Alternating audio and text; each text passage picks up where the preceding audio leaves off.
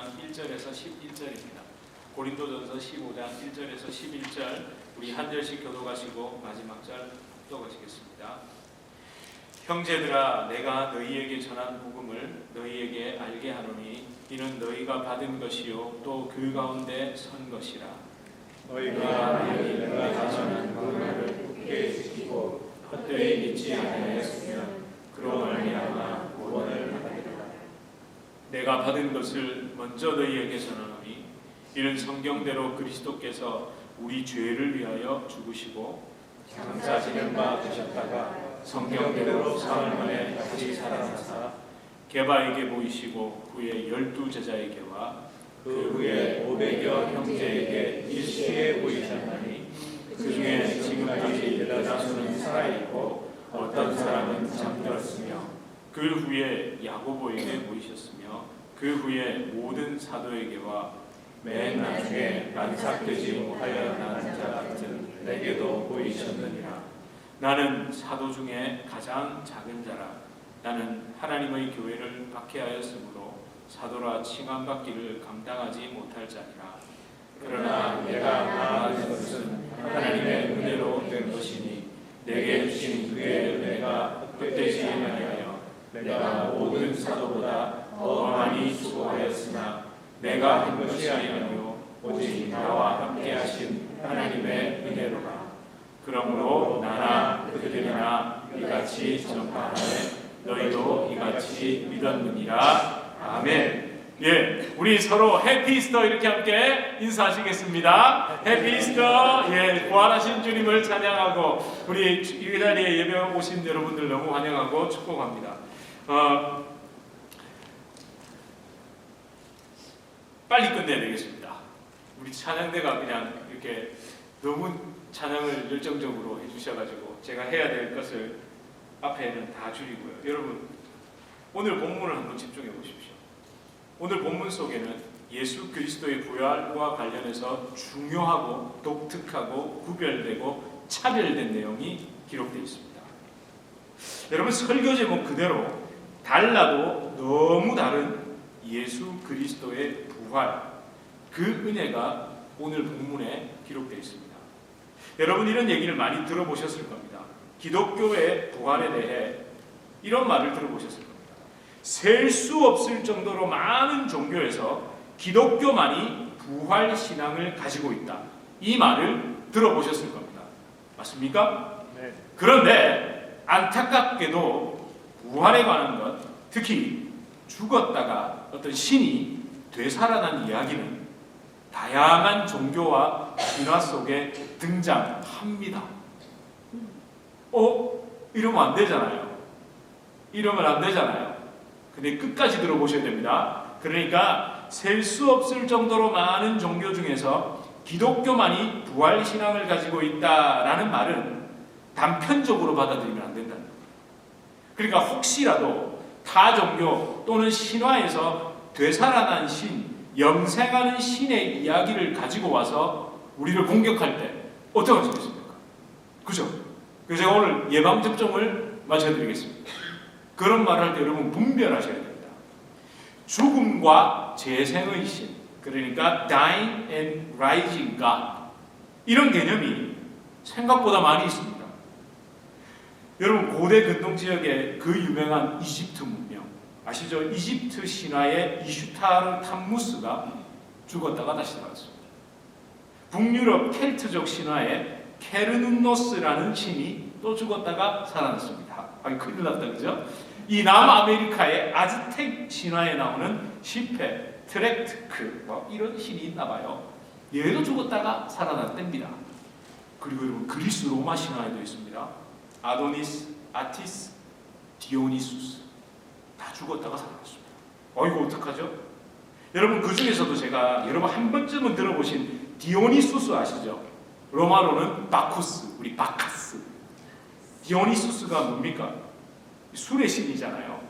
근데 여러분, 이 디오니수스가 두 가지 측면에서 예수님과 비스무리합니다. 여기 점점 이 목사가 이상한 소리 자꾸 해야 되죠? 첫 번째가요, 술을 만드는 기적입니다. 예수님도 뭘 만드셨습니까? 보세요. 이랬다니까요. 포도주요. 가나 혼인잔치에서 물로 포도주를 만들었잖아요. 근데요, 예수님은 몇 번? 한 번. 디오니수스는 매년 축제 때마다 만듭니다. 이거 한 수 더 위인가요? 그리고 두 번째가요, 이게 중요하죠. 되살아납니다. 되살아났습니다. 디오니수스 이름 자체가 다시 살아났다는 뜻입니다. 디오가 again, 다시라는 뜻이고요. 니수스가 태어난다는 뜻입니다. 큰일 났다, 그죠? 여러분, 실제 초대교회에 우리 복음 전도자들이 이 그리스 로마 배경에 있는 이 사람들에게 복음을 전할 때 이 어려움에 당면했다고 합니다. 예수님이 가나의 혼인잔치에서 물로 술을 만들었다 이러면 우리 디오니소스는 매년 만드는데 이런다고요.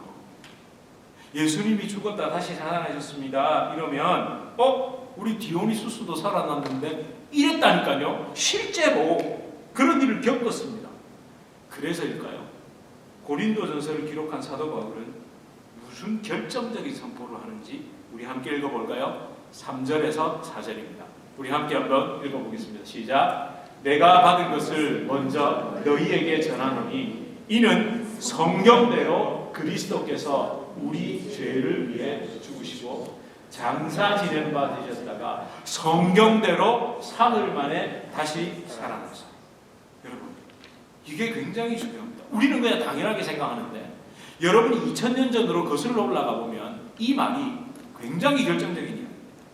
그러니까 이것을 통해서 당시 로마인들이 믿고 있는 신들이죠. 신들. 우리는 신화 속의 신이라고 생각하지만 그 당시 사람들은 실제로 그 신을 믿었다니까요. 우리는 신화라고 디오니소스를 안 믿는데 그때 그 사람들은 제우스를 믿고 디오니소스를 믿고 아데미를 믿고 다 믿었다니까요. 근데 그들이 보여주는 부활이라고 해야 될까요? 다시 태어나는 것과 예수 그리스도의 부활, 그분이 다시 살아난 것은 완전히 다른 이야기다. 달라도 너무 다른 이야기다라는 걸 선포하고 있는 겁니다. 성령 하나님께서 예수 그리스도의 부활에 대하여 사도 바울을 통해서 첫 번째 강조하신 것, 바로 성경대로 그리스도께서 우리를 위하여 죽으셨다는 겁니다. 성경대로. 바로 십자가의 죽음부터 이야기합니다. 여러분, 다른 모든 신화 좋아하신 분들, 책 한번 읽어보신 분들, 로마 신화 이거 읽어보신 분들 어떻습니까? 그들이 죽은 이유가 뭐죠? 지들끼리 싸우다 죽었습니다. 아니, 자기들끼리 연애하다가 질투 나가지고 죽이고, 반역해서 죽이고, 탐욕 때문에 죽이고, 사고 나서 죽고, 다 이렇게 죽었습니다. 그런데 우리 예수님은 왜 죽으셨죠? 우리 죄 때문에. 그래, 이런 걸 강조해야 된다는 거예요. 와가지고 죽었다 살아난 신의 개념은 있는데 이랬을 때 당황하지 마시고, 그 신은 니들끼리 싸우다가 그렇게 죽었잖아. 근데 우리 예수님은 나 때문에, 우리 죄 때문에 죽으셨다. 그것도 뭐예요? 성경대로. 구약의 성경 그 예언 그대로 십자가에서 인간의 죄를 대신 뒤집어 쓰시고 죽으셨다고 이야기해요. 여러분, 이게 달라도 너무 다른 예수 그리스도의 부활, 그 첫 번째 사실, 그리고 진리, 그 대전쟁 겁니다. 기독교 신앙의 두 가지 기둥인 십자가의 죽음과 부활의 진리가 이 두 절에 딱 녹아 있는 겁니다. 죄. 인간의 근원적이고 본질적인 죄는 하나님을 싫어버린 겁니다. 떠나버린 겁니다. 하나님을 떠남으로 인해 결국은 죄를 짓는, 죄의 존재니까, 존재가 죄니까 죄를 지을 수밖에 없다는 거예요. 죄를 범하는 그런 존재가 된 거예요. 그렇게 죄의 삭은 사망이라고 말합니다. 생명을 떠났으니까 죽음밖에 없는 거죠. 사망밖에 없는 겁니다. 하지만 하나님은 그런 인간을 내버려 두지 않으셨습니다. 당신의 사랑과 공의를 완성하시기 위해 아들 예수 그리스도, 그분을 보내셔서 그분에게 인간의 모든 죄값, 죄의 삭을 대신 지우시고 대신 지불하게 하신 겁니다. 내가 십자가에 못 박혀 죽어야 하는데 나 대신 예수님이 죽으셨다는 겁니다. 이런 신은 어디에도 없습니다. 신이 자기를 실어버리고 반역한 그 피조물을 위해서 대신 죽어버린 신이 없다고요. 이게 가장 중요합니다, 여러분.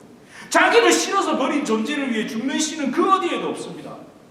그런 존재들을 영원히 살게 하기 위해 부활한 신도 없습니다. 따라서 십자가의 죽음과 부활은 인간이 지어낼 수 있는, 만들어낼 수 있는, 쓸 수 있는, 기록할 수 있는 그런 이야기가 아닙니다. 말 그대로 하나님의 구원, 그 구원의 계획이고 은혜 중에 은혜인 겁니다. 그래서 기독교는 다른 겁니다. 독특한 겁니다. 비교 불가인 겁니다. 여러분, 무엇보다 예수 그리스도의 부활, 기독교의 부활은요, 몸무의 부활입니다. 전인격의 부활입니다. 동시에 신비로운 겁니다. 내가 부활하는 것 같지만 또 아닙니다. 내 안에 예수님이 부활하십니다. 부활하신 예수님이 내 안에 있으니까 내 안에 예수가 온전히 회복되는 것. 분명히 내가 부활한 것 같은데 내가 아닌 예수가 내 안에 사시고, 이거 신비잖아요. 여러분, 이거 착각하시면 안 됩니다. 우리는 자꾸만 죽었다 부활하는 것을 신이 어떤 능력을 부여해가지고 내 자아가 살아나는 것처럼 생각한다니까요. 특별히 옛 자아, 그게 다시 되살아나는 게 아닙니다. 옛 자아는 이미 십자가에 죽었습니다. 내 안에 사시는 예수 그리스도께서 온전하고 완전하게 드러나는 게, 그게 부활입니다. 이거 너무 신비로운 거라니까요. 제가 다음 주에 좀 더 살펴보겠지만 미리 좀 볼까요? 예수님의 부활에 대해서 20절이 어떻게 이야기합니까? 함께 읽어볼까요? 시작. 20절입니다. 시작. 그러나 이제 그리스도께서 죽은 자 가운데서 다시 살아나사 잠자는 자들의 첫 열매가 되셨도다. 아멘. 여러분, 이 표현을 한번 잘 보십시오. 죽은 자 가운데서 다시 살아났다고 되어 있잖아요. 근데 왜 그 다음에 뭐라고 얘기합니까? 잠자는 자들이라고 얘기하죠. 다시 죽은 자들이라고 말하지 않습니다. 왜 그런지 아세요? 죽었다가 부활한 분이 더 이상 우리에게는, 부활한 분 때문에, 예수님 때문에 더 이상 우리에게는 죽음이 아니라는 거예요. 여러분, 이게 바로 예수님께서 죽음의 권세를 깨고 부활하셨기 때문에 죽었다가 다시 살아났다는 그리스도께만 죽은 자 가운데 다시 살아났다는 표현을 쓰고, 그 다음부터는 잠자는 자들의 첫 열매라고 표현을 하고 있는 겁니다. 그러니까 우리가 일반적으로 말하는 육체의 죽음 있잖아요. 우리 언젠가는 죽을 거잖아요. 근데 그 죽음은 더 이상 죽음이 아니라는 겁니다. 따라서 우리가 맞이하는 육체의 죽음은 무엇이라고 불러야 됩니까? 제가 강조드렸는데요. 뭐라고요? 그냥 목숨이 다하는 겁니다. 목숨, 들숨, 날숨이 육체의 기능이 정지해서 그냥 정지, 끝, 그겁니다. 그러니까 우리한테는 사실 성경적인 죽음은 더 이상 우리에게 없는 겁니다. 제가 다음 주지만 잠깐 말씀드리면, 그래서 뒤에 31절에 보면요, 우리는 날마다 십자가에서 죽노라 이렇게 얘기합니다. 나의 자랑을 두고 단언하노니 나는 날마다 죽노라, 이 고백을 합니다. 그리고 여러분, 예수 그리스도의 부활에서 가장 중요한 게 있습니다. 바로 증인이 있다는 겁니다. 증인. 여러분, 오늘 본문에 뒤에 중반부죠. 후반부가 아니고 중반부에 계속 강조하는 게 증인이잖아요. 여러분, 다른 종교도는 신화 속에, 신화를 잘 읽어보세요. 거기에 그 신들이 되살아난 그걸 보고 증언한 사람들이 있습니까? 그 사람들 명단 없어요. 그런데 여러분, 그리스도의 부활에는 실제 증인들의 명단이 있죠. 8절에, 5절에서 8절입니다. 함께 읽어보실까요? 시작. 게바에게 보이시고 후에 12제자에게와 그 후에 500여 형제에게 일시에 보이셨나니 그 중에 지금까지 대다수는 살아있고 어떤 사람은 잠들었으며 그 후에 야고보에게 보이셨으며 그 후에 모든 사도에게와 맨 나중에 만삭되지 못하여 난 자 같은 내게도 보이셨느니라. 아멘. 명단이 있습니다. 게바 누굽니까? 베드로입니다. 12제자, 그 사도들이죠. 500의 형제 다 보이고, 여러분, 그 사람들, 그리고 증인 나도 있고, 근데 중요한 게 뭡니까? 그들이 지금 대다수 살아있다는 겁니다. 그러니까 지금 우리는 2000년 뒤에 이걸 읽고 있지만 이 글을 금방 읽은 고린도전서를 읽고 있는 고린도 교인들 중에 저같이 까탈스러운 인간이 있을 거 아닙니까? 그러면 저는 어떻게 할 것 같습니까? 텍스트를 날리겠죠. 지금은 텍스트죠. 찾아갈 겁니다. 저는. 봤어? 당신 봤어? 베드로, 야고보, 사도들 500명 중에 당신 정말 봤습니까? 라고 저는 물을 겁니다. 여러분, 근데 그 중에 누군가도 그게 바울이 그냥 쓴 거라고 하는 순간 이 고린도전서는 뭐가 되는 겁니까? 폐기 처분돼야 됩니다. 근데 이것이 폐기되지 않고 지금까지 남아 있었다는 건 역사 속에서 그것이 증인들에 의해 계속 증명이 됐다. 수두룩하다는 거. 여러분, 무엇보다 저는 이 말을 참 제가 초등학생들에게 한번 했던 적이 있습니다. 얘들아, 그리스 로마 읽어봤지? 애들 만화로도 많이 읽거든요. 읽어봤대요. 근데 한 가지만 물어보자. 죽었다가 살아난 그 디오니소스가 내 안에 계시고 그분이 나의 구원자고 그분이 나를 살리셨다고 고백하는 사람 있어? 이러니까 애들이 아니요. 봐! 그런데 2000년이 지난 지금도 오늘 이 순간에도 부활하신 예수님, 성령으로 우리 안에 그분이 찾아오셔서 예수님 만난 사람은 너무너무 많은데 이러니까 애들이 다들 뻥. 맞지 않습니까, 여러분? 아니, 그리스 로마 신화 읽고 회개하고 통해 자복하는 사람 봤습니까? 보셨어요? 있으면 좀 데려다 주세요. 제우스는 나의 왕, 뭐 이러는 사람 아무도 없어요. 근데요, 중요한 것은 2000년 전에 있었다는 겁니다. 그게 인간이 만들어낸 이야기니까 다 사라져버린 겁니다. 근데 지금도 여기도 있고 네. 할렐루야! 네.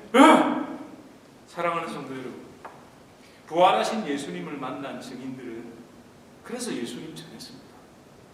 도저히 구원받을 수 없는 자이지만 구원받은 자의 감사와 감격을, 그리고 그 감격 때문에 겸손하고 낮아지고 그렇게 살 수밖에 없어서 그렇게 예수님 전하면서 살았습니다.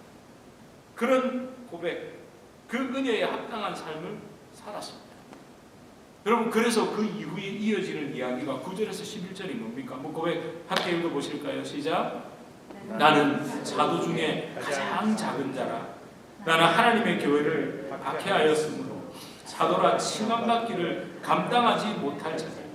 그러나 내가 나 된 것은 하나님의 은혜로 된 것이니 내게 주신 그의 은혜가 헛되지 아니하여 내가 모든 사도보다 더 많이 수고하였으나 내가 한 것이 아니요 오직 나와 함께 하신 하나님의 은혜로라. 그러므로 나나 그들이나 이같이 전파함에 너희도 이같이 믿었느니라. 아멘. 감히 담을 수 없는 부활하신 예수님, 그분이 우리 안에 있다면 이 고백은 특정인, 그러니까 사도 바울 또는 목사들 이런 사람들의 고백이 아니라 저와 여러분의 고백이 될 수밖에 없습니다. 이 고백을 하게 하신 예수님을 사랑해서 그분의 삶을 한 절이라도 담고 싶어서 몸부림칠 수밖에 없습니다. 여러분, 이 시대에 과학 문명, 인간 이성이 절정에 달해가고 있죠. 정말 무서운 시대입니다. 편리한 시대가 아니라 겁나는 시대입니다, 진짜. 제가 그전에도 그런 말씀 드렸죠. 제가 오늘 이 본문을 가지고 심심해서, 심심하다는 표현은 좀 그렇고요. 또 해봤습니다. 뭘 해봤냐면요, 우리 챗GPT 친구 있잖아요. 네? 우리 교수님이잖아요. 이 본문 넣고 개혁주의 관점에서 설교 하나 뽑아달라니까 기가 막히게 뽑아줘요. 기가 막히게. 예화까지 다 들어있고요. 와, 제가 어떤 마음이 들었냐면요, 저 같은 놈이 무서운 사람입니다. 연기를 해봤잖아요. 퍼포밍을 해봤잖아요. 이걸 가지고 읽으면서 하면 여러분 깜빡 속으실 텐데요. 이렇게 예화도 잘 찾아주고 명언도 잘 찾아주고, 야, 심지어 목사도 정말 필요 없겠구나. 변사가 있으면 되는 거예요. 그랬던 것이었다. 이러면 그때 예전에 변사들이 하면 눈물 콧물 다 빼고 했잖아. 야, 이럴 수 있는 시대. 뭐 그 전에 그런 말씀도 드렸잖아요. 우리 뭐 15년인가 뭐 몇 년만 버티면 암에서 해방된답니다. 완전히. 네. 뭐 진짜 장기도 다 깔아 끼울 수 있답니다. 뭐 별걸 다 할 수 있대요. 저는 그렇게 살고 싶은 생각 없습니다. 이유는요, 우리 주님이 더 좋으니까요. 그 하늘이 더 좋으니까요. 그렇다면 우리는 어떻게 살아야 합니까? 이 시대 사람들은 점점 예수님을 믿지 않습니다. 어떤 예수님을 믿지 않는 줄 아세요? 부활하신 예수님을 믿지 않습니다. 그리고 또 한 가지가 있습니다. 나의 죄 때문에 죽으신 예수님을 믿지 않습니다. 거룩한 희생, 엄청난 종교 윤리를 보여주신 예수님은 얼마든지 대환영입니다.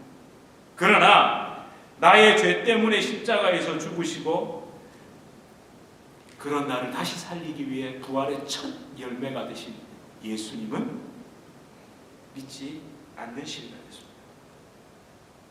하지만 그건 기독교가 아닙니다. 복음이 아닙니다. 교묘한 말장난에 속아서도 안 됩니다. 인문학을 가미해서 부활을 설명하거든요. 가진 신화를 가져와서 가만히 듣다 보면 그런가라고 제가 이런 거 어떻게 찾아냈겠습니까? 그런 이야기들을 하는 아주 인문학에 밝은 목회자라는 분들도 계시거든요. 아닙니다. 복음은 어쩌면 날 것 그대로입니다. 예수의 생명에 부딪히십시오. 예수의 그 생명 안에 내가 오늘도 살아있다는 그 경험, 그 영적인 경험을 매일 해야 합니다. 그리고 매 순간 해야 하고 그 은혜를 달라고 우리는 간절히 기도하며 살아야 합니다. 여러분, 똑같이 살면 절대 궁금해하지 않습니다. 그 생명이 없는 자들과 똑같이 살면 하나도 안 궁금하잖아요. 근데 어때야 궁금합니까? 달라도 너무 달라야 궁금한 겁니다. 세상 사람들과 똑같은 가치를 쫓아가고 조금만 상황이 나아지면 교만해지고 흥청망청 살아가면 하나도 안 궁금한데, 반대로 야, 어떻게 저런데도 예수가 살아있다고? 어떻게 저런데도 예수 은혜 아니면 못 산다고 저렇게 살아가지? 라는 그런 삶을 살아야, 그런 다른 삶을 살아야 사람들이 관심을 가지겠죠. 그래서 정말 귀한 겁니다. 다르게 살아가는 분들 진짜 귀한 겁니다. 그런 상황 속에서도 예수님 때문에 꺾이지 않는 삶, 그 어려움과 아픔에도 오직 예수 그리스도의 생명, 영원한 하나님의 나라에 대한 소망 때문에 견디고 이기고 승리하는 삶, 잠깐 눈물 흘리고 한숨 쉴지언정 결코 무너지지 않는 삶을 끝까지 살아내십시오.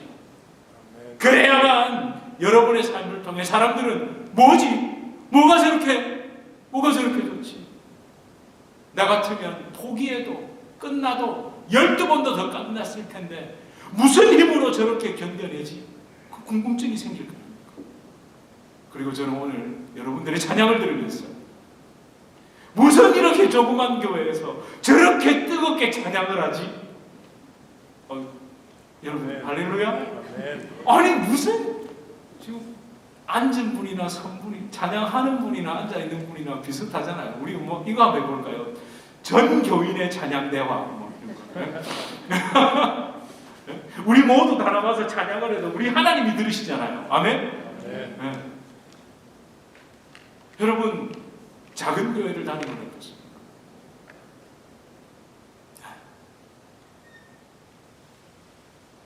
저는 진짜 우리 이성환 목사님 오셔서 여러분들의 실력을 봤습니다. 진짜. 그 목사님을 향해 어떤 분이 이런 말씀을 딱 한마디로 딱 표현하면 그 목사님의 사역은 그러니까 목사님은 그냥 한마디로 한 단어로 순종. 순종하지 않는데 우리 선교사님들도 마찬가지입니다. 제가 계셔서 하는 말씀이에요. 우리 앤디 목사님도 사모님도 우리 모든 선교사님들 순종이 아니면 어떻게 그렇게 저한테 만약에 유성환 목사님이나 앤디 목사님 같은 사역을 하라고 하면 저 6개월도 못할 것 같아요. 솔직히 정말요. 앤디 목사님도 16년 하셨죠? 유성환 목사님은 12년. 그 교회 이름은 12광주리 교회입니다. 근데 여러분이 귀하다는 거예요. 그런 분들을 귀하게 보잖아요. 물론 뭐 유명하고 큰 교회 목사님도 귀합니다만 그 당연히 다 귀하게 보죠. 대단한 사역을 하니까요. 그거 뭐 귀하게 안 보는 거 누가 못하겠어요. 귀하게 보는 거는. 근데 그런 분들을 귀하게 보고 섬기고 사랑하고 인정하고 복돋아 주고 힘을 주는 건 진짜 그게 진짜 실력인 겁니다. 그래서 여러분들이 귀하고 우리 이상호 목사님 참 많이 위로받고 힘받고 돌아가셨는데 제가 갑자기 부탁하기를 잘했습니다. 진짜 제 옷까지 그냥 얻어입고 그렇게 했는데 여러분, 그래서 여러분 우리 함께 예수 그리스도의 생명 전할 때 달라야 됩니다. 달라도 너무 달라야 합니다. 그런 여러분들의 삶이 되길 주님의 이름으로 축복합니다. 이 시간 제가 찬양보다는 우리 함께 좀 기도하기를 원합니다. 그죠? 예수 안에 소망이 있죠.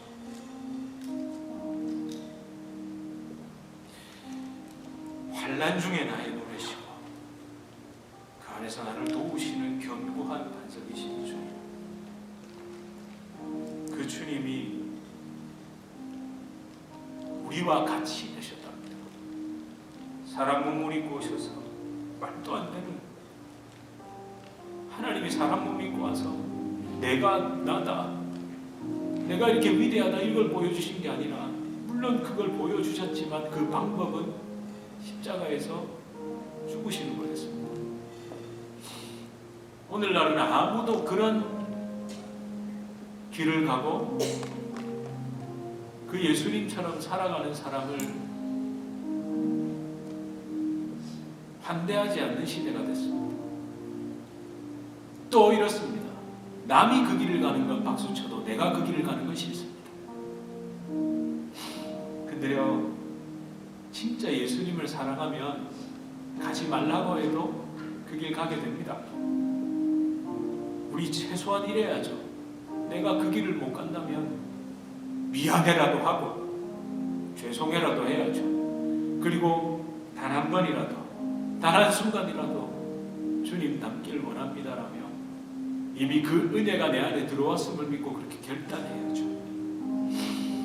그렇게 우리 달라도 너무 다른 삶을 통해 세상과 전혀 반대의 가치를 향해 걸어가는 삶을 통해 예수 복음 전합시다. 여러분, 그렇다고 하나님이 여러분을 구렁텅이에 몰아넣지 않으십니다. 필요를 따라 공급해 주시고요, 교만해지지 않도록 채워주십니다. 또 너무 없어서 비굴해지지 않도록 도 하십니다. 우리 하나님, 예수 생명, 예수 은혜가 우리 안에 넘치게 하여 주시옵소서. 그 은혜의 길, 믿음의 길을 가게 하여 주시옵소서. 우리 시간 함께 기도하시겠습니다. 예수 안에 소망이 있습니다. 예수 안에, 그리스도 안에 오직 주님, 나의 빛과 힘이 되신 주, 내 환난 중에 들으시고 우리를 붙잡아 주시고 우리에게 은혜를 베풀어 주시옵소서.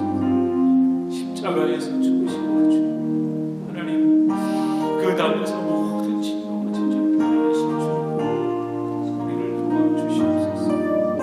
주님, 어렵고 힘든 그 길을 버텨내고 우리 성도님들을 축복해 주시고 주의 은혜 안에서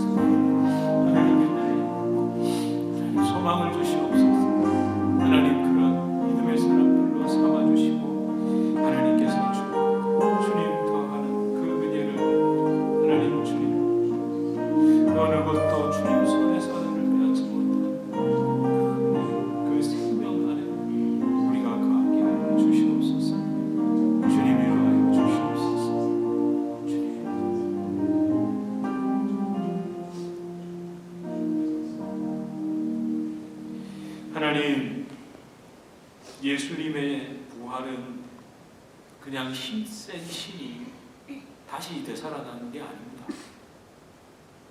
나를 위해 죽으신 그분이 나를 위해 부활의 첫 열매가 되신 겁니다. 사실 달라도 너무 다른 건데 우리는 그냥 그걸 똑같은 줄 알고 에이, 또 그건 무슨 뭐 부활 이러면서 나도 모르게 밀어넣고 사는지도 모릅니다. 괄호 쳐놓고 그 부분만 안 믿고 살아가는지도 모릅니다. 하나님 다시 회복되게 하여 주시옵소서. 예수 생명 안으로 들어가게 하여 주시옵소서. 그 생명을 붙잡아야만 다르게 살 수 있습니다. 그 생명을 맛봐야만 저들과 똑같이 살지 않습니다. 그러나 똑같이 살지 않고 다르게 사는 이유는 딱 한 가지입니다. 관심입니다. 아, 진짜 복음이, 진짜 예수님이 부활하셨구나. 아, 저분들을 보니까 진짜 그 은혜가 있구나라는 그런 놀라운 고백. 그렇게 주님 앞에 나와 예수 믿고 다시 태어나고 되살아나는 그 은혜를 많은 사람들이 우리 주님의 교회 성도님들을 통해 누리게 하여 주시옵소서. 하나님, 그냥 전도가 아닙니다. 생명 전하는 겁니다. 하나님, 나를 통해 예수 생명도 전할 수 있도록 우리를 사용하여 주시옵소서. 예수님 이름으로 간절히 기도드립니다. 아멘. 우리 주 예수 그리스도의 은혜와 하나님 아버지의 극진하신 사랑과 성령 하나님의 위로 교통 교제에 충만케 하시는 역사, 우리를 진정한 예수 생명의 길로, 예수 은혜의 길로, 그 능력의 길로 끝까지 인도하셔서 다른 삶, 정말 달라도 너무 다른 믿음의 삶을 살게 하시는 성령의 놀라운 역사가 우리 주님의 교회 성도님들과 주님의 교회로 불러주실 주의 귀한 자녀들 개인의 삶, 가정, 생업, 직장, 사업 하시는 모든 일 가운데 이제로부터 영원토록 함께 있을지어다. 아멘.